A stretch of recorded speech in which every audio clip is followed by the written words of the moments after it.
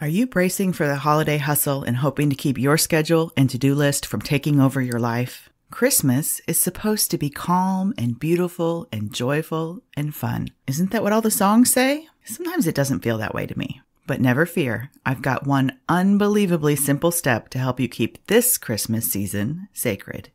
And you can use this simple step to thrive all year long. It's so good. Welcome to the Simple Steps to Thrive podcast. Around here, we take the complicated messes of busyness and overwhelm, the persistent hum of depression and anxiety, and we tame them by giving you a quick and practical tip you can put into action right away. We call them Simple Steps to Thrive. If we don't know each other yet, my name is Michelle Acker, and I teach everyday extraordinary women, just like you, to trade in your stressed life for your best life. I'm all about making it easier for you to transform your life from where you are now to where you want to be. And we'll do it together, one simple step at a time. Well, hello there. Christmas is coming. The little girl in me squeals with excitement and joy over that thought. Christmas is coming. And my adult brain starts to wake up to the idea that summer is over, even if the Texas weather was 80 degrees this week and doesn't agree with me. Christmas is coming. Oh, we should hang the lights before the cold front gets here. Christmas is coming. Oh, my brother and sister-in-law are coming, and that is going to be so sweet. Oh, but I promised to show them how I paint with beeswax and a blowtorch, so I guess I need to clean out my studio and get it straightened up and prepped so we can do that. Christmas is coming. When are the boys' French horn concerts again? Christmas is coming. The house really could use a deep clean before everyone gets here. Christmas is coming. I'm going to have to figure out gift lists and who to buy for and what the budget is that we're working with and Christmas is coming. Insert my deer in the headlights face here. As my son says, well, that escalated quickly. And he's right. The joy of celebrating Christmas and the birth of Jesus gets quickly overshadowed by a to-do list more impossible than a climb up Mount Everest. Here are 3 ways that we get it wrong. 1, we keep adding things to our calendar and our schedule and our to-do list without considering the big picture. 2, we let FOMO, the fear of missing out, make our decisions for us.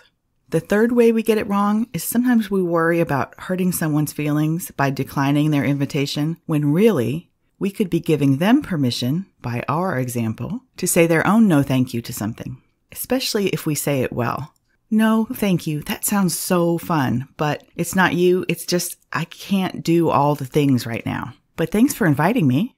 So, how do we change all that craziness and all the ways we get it wrong and keep this Christmas season sacred, joyful, and full of peace? This is so important for all of us. So I'm actually going to break tradition and give you 2 simple steps to thrive today, but they work together. The first one is a new Christmas list. You're going to need a piece of paper and a pen, or you can download the pretty Christmas version that's in today's podcast perk. At the top of your page, I want you to write my Christmas could do list. And I want you to make that could do in big block print. Make it bold, make it red, underline it, circle it, whatever you need to do to make it stand out. This is not a to-do list or an I should list. This is a could do list. Okay? So next, I want you to think about what's really important to you this holiday season. What do you want it to feel like? Write down a few words to be your guide. Mine are time with family, joy and fun, and peace and rest. That's what I want my holiday season to feel like. Finally, list out all the Christmas season stuff you can think of. Extended family gatherings, Christmas Eve services, decorating, baking, those kids' school parties, work parties, family traditions, looking at Christmas lights, all the things. And when you feel like you've got everything written down, take a minute and look at that list and acknowledge that is a ton of stuff. You have your everyday regular life going on. This is all stuff added on top of that. You're going to have to pick and choose strategically. Choose what's most important to you according to those guide words that we figured out a couple minutes ago. You might have to say, not this year, to some things.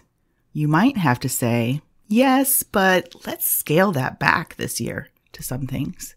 And you might need to say, this one is not to be missed this year. That's where today's simple step to thrive number 2 comes in. I call it the Blackout Calendar Day. You're going to need that could-do list and your regular calendar. Or if you want, I have a basic December calendar in today's podcast perk that you can download and print out. A paper calendar or a physical dry erase kind of calendar is going to work best for this trick. I'm all about a digital calendar in a Google Calendar. I'm not saying replace that forever, but for the planning purposes of this simple step, a physical calendar is going to help you out. And you'll see why in a minute. Okay, so you're going to put whatever is non-negotiable for you for December on this calendar. For me, I have a middle school concert on the 11th, a high school concert on the 12th, and a combined mass French horn concert on the 13th. So looking at my calendar already, I can see I have 3 days in a row with extra evening activities. And then I'm taking my folks to the airport on the 11th. I'm picking them up from the airport on the 17th. We've got Christmas Eve services on the 23rd. You get the idea, right? All of the things that are non-negotiable that you are absolutely going to do this December, but only the non-negotiables at this point, okay? Now, step back and look at how much extra is already on that calendar. That's a lot. And this is where the blackout comes in. Find a few days this month where you have nothing going on yet. And then you're going to protect them like your life depends on it. Because it does. Your sanity depends on it. Take your pen or a big black Sharpie and black out that entire day. Do 2 days or 3 days or 4 days, however many days you think you can find and however many days you think you're going to need to keep the joy and peace of the season intact. So you've blacked out an entire day and it's now a big black square, like a crossword puzzle. It's not possible for you to add something to that day anymore because it's a big black square. And those days are going to be now reserved for you and your family to spend the day together however you choose. Maybe that looks like a family outing. Maybe it just looks like having an unscheduled day together. Either way, the day is off limits for adding outside stuff. So now that you have your non-negotiables and your blackout days in place, you can choose other things from your could-do list to add. But remember to use your guide words as you choose so that you don't let your could-dos morph back into a should-do. Hey, thanks for listening. I hope these 2 simple steps to thrive help you transform your Christmas season into one that is calm and beautiful. If you haven't already, download your free tool that goes specifically with this episode. I call them podcast perks. You can find the link in the show notes, and once you're signed up, you'll have each perk delivered right to your inbox. This week's perk is a pretty Christmas could-do list template and a blank calendar for your Blackout Calendar Days. Do you know someone that could use these tips and free resources? Send them over. The more the merrier. And when you share the podcast with someone, you help the people around you take their own simple steps to thrive. And we all win. This episode has been brought to you by Isaiah 8, verse 11 in the NLT. The Lord has given me a strong warning not to think like everyone else.